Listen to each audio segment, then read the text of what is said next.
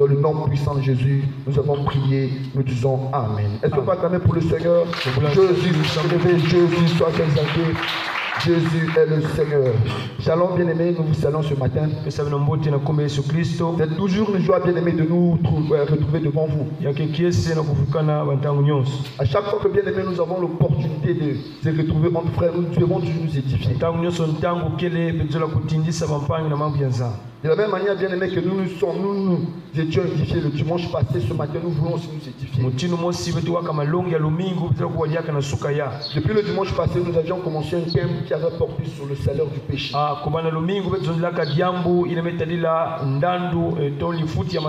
Le Seigneur nous avait amené à comprendre que le péché a un salaire. Et nous avions compris que le salaire du péché, ce n'est pas un salaire positif. Et il nous avait été dit que le péché a un châtiment. Le châtiment en question, c'est cela qu'on appelle le salaire.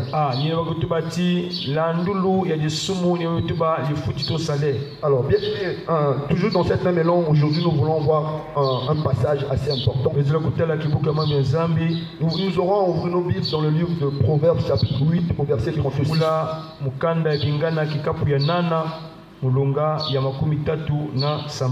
Proverbe 8, 36, je lis au nom de Jésus. La Bible déclare: mais celui qui pêche contre moi nuit à son âme. Tous ceux qui me haïssent aiment la mort. Est-ce qu'on peut acclamer pour le Seigneur? Jésus soit exalté, Jésus soit élevé. Dans ce passage, on nous parle que non, c'est lui qui pêche. Ici, la parole de Dieu dit que non, ceux qui pêchent contre Dieu, ils nuisent à leurs âmes. Et tous ceux qui haïssent le Seigneur aiment la mort. Bien aimé, dans ce passage, nous voyons quelque chose de très important et d'actualité.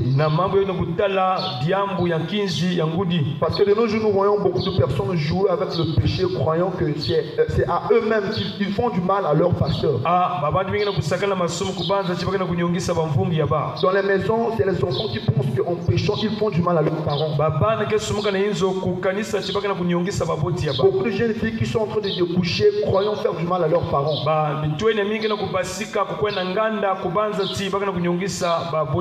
Et pour certains, ils se disent que non, c'est mon corps, j'ai le droit de faire tout ce que je veux, c'est mon corps. Certains arrivent jusqu'à dire que non, vous n'avez pas le droit de me juger, seul Dieu me jugera. Nombreux disent, toi occupe de chez moi, je vais m'occuper de mes péchés. C'est ce que les hommes disent, ils disent que non, c'est eux qui sont responsables de leurs actes. Mais ici, le Seigneur, par la bouche du roi Salomon, il nous dit que non, tous ceux qui pêchent, ils le font contre Dieu.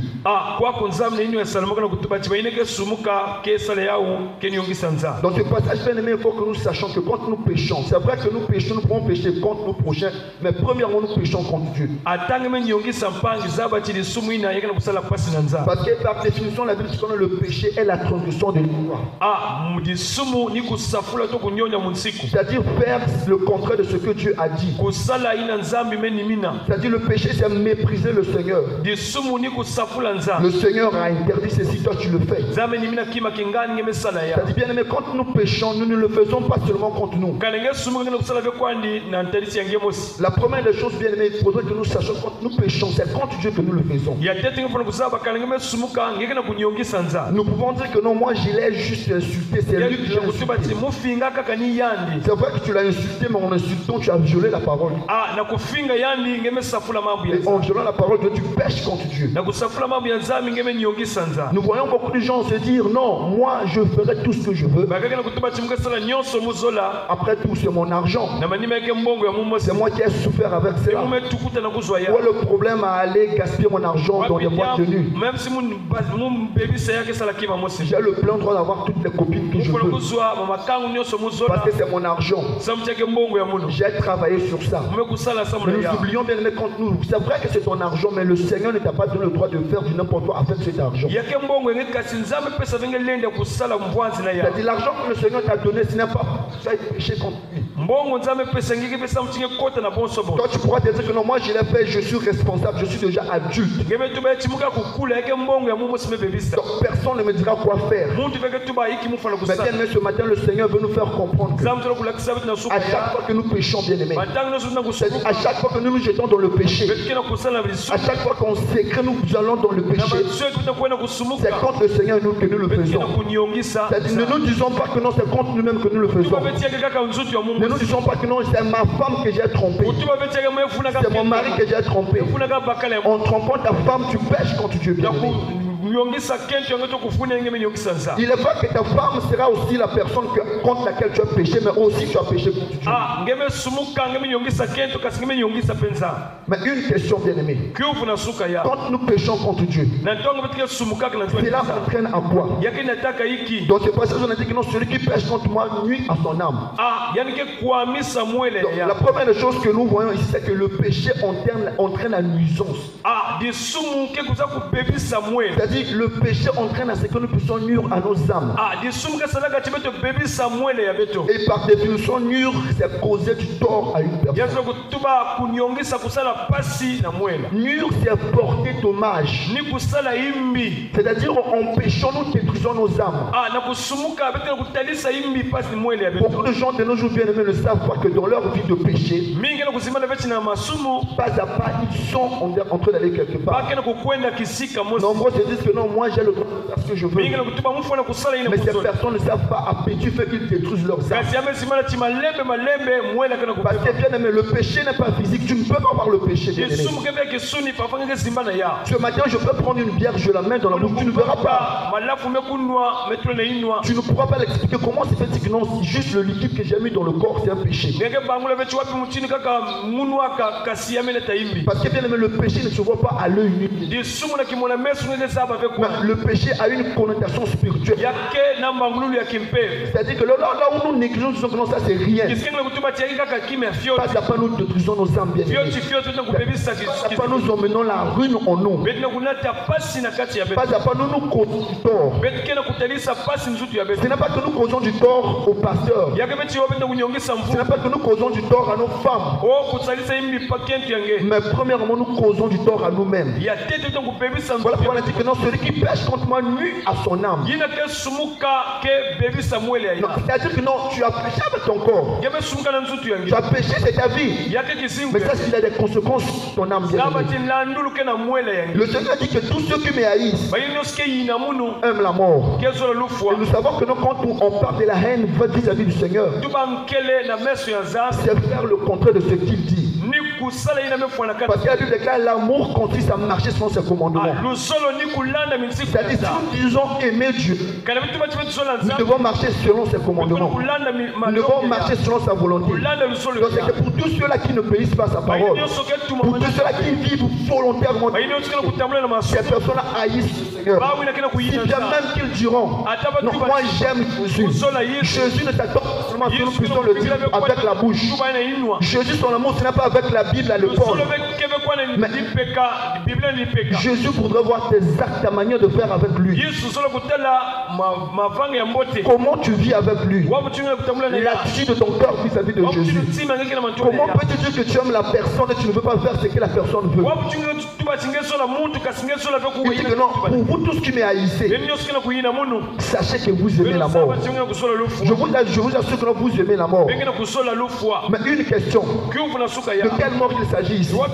Parce qu'on a dit que non, tous ceux qui haïssent le Seigneur, c'est-à-dire tous ceux-là qui vivent dans le péché, eux ils aiment la mort. Mais la question est de savoir, comment est-ce possible qu'une personne aime la mort? Aujourd'hui, si on nous disait peut-être que non, nous mourrons, peut-être que nous aurons quelque part. On t'avertit que non, si tu vas, tu mourras là-bas. Parce qu'il y aura peut-être un accident qui se fera. Tout le monde ici, personne n'ira qui se là-bas. Parce que personne ne veut mourir. Mais comment c'est fait qu'ici on nous dit que non, non, nous aimons la mort. Donc, en fait, ici, le Seigneur veut tout simplement dire ceci, bien aimé. C'est que, bien aimé, là où nous plaisons dans le péché, là où nous disons que non, je dois être parfait au Seigneur. Mais dans le secret, je peux faire tout ce que je veux. C'est-à-dire, à l'église, on doit me voir un super frère. On doit me voir une super soeur. Mais ça, c'est ce qu'ils feront. Mais je dois faire ce qu'ils voient, ce n'est pas ce que je fais. C'est-à-dire, à l'église, on connaît que moi, je suis un bon frère. À l'église, je suis un bon papa. Une bonne maman.